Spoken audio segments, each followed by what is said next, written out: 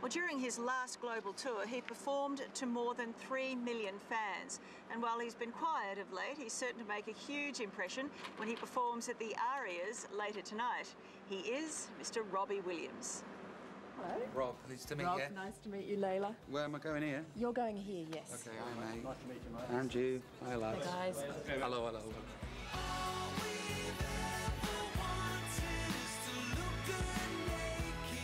Well, congratulations on your 4th #1 album in Australia. We're glad to see you back. Where have you been?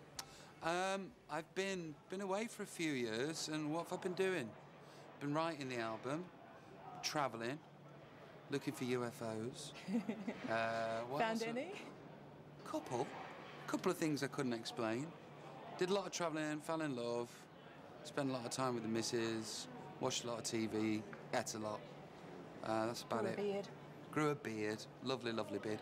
Grew a beard because I'd seen Paul McCartney grow a beard when he left the Beatles. And his looked very windswept and sexy. And my beard just looked like I ate people. I did look like a serial killer, which is unfortunate because I was fond of the beard. But in hindsight, I looked like a crazy person.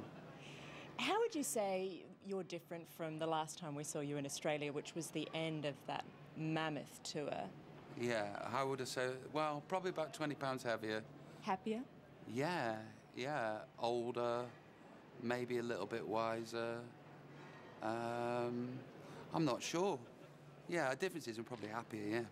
Now, the album, I read that you said that this is a bit of a turning point for you, this album. What do you mean by that? Well, you know, Rude Box got released, the last album, and it got a bit of a kick in, especially in the UK. And like the perception was, that's it for Robbie now. He's done it, you know, because they've got the tall poppy syndrome going on, and it builds you up and knock you down. And it's like, right, this is perfect now. Record sales have gone down. Let's get rid of him and then stamp on his head while he's down. And in the 3 years that I was away, I was like, whoa, maybe people have gone off me. Maybe it's just, you know, my time to slink into the distance, and you know, and that was. The forethought of my thoughts was maybe, you know, maybe it is over for me. And how did you feel about that? A mixture, a bizarre mixture of, well, that's a relief. It doesn't have to be that massive all the time. And then, oh, I want it to be that massive. I was amazed to read that as such a great entertainer and someone who's performed to millions of people, that you suffer from stage fright. Is that a wind-up or is that true? No, it's absolutely true. Are you nervous about tonight?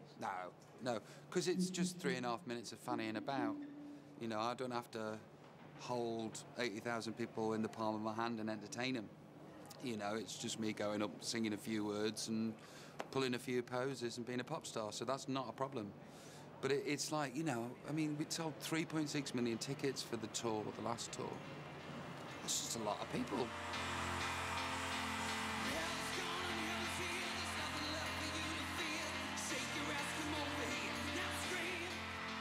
For somebody, you know, with my head that thinks the thoughts that it thinks, it's very difficult to get your head around the fact that many people are coming to see you, and why, and how do you perform like you did last night to this new set of 80,000 people.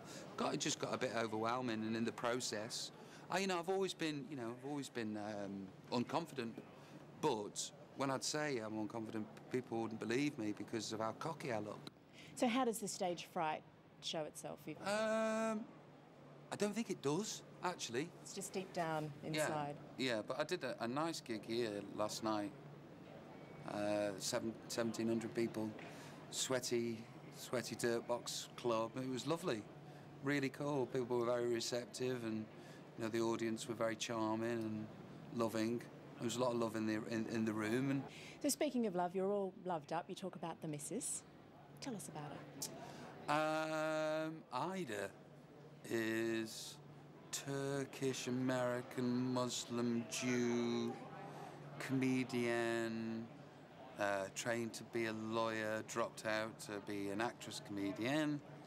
Very charming, very warm, very loving, very honest. I'm looking at her now, she's just over there. How's it going? Good.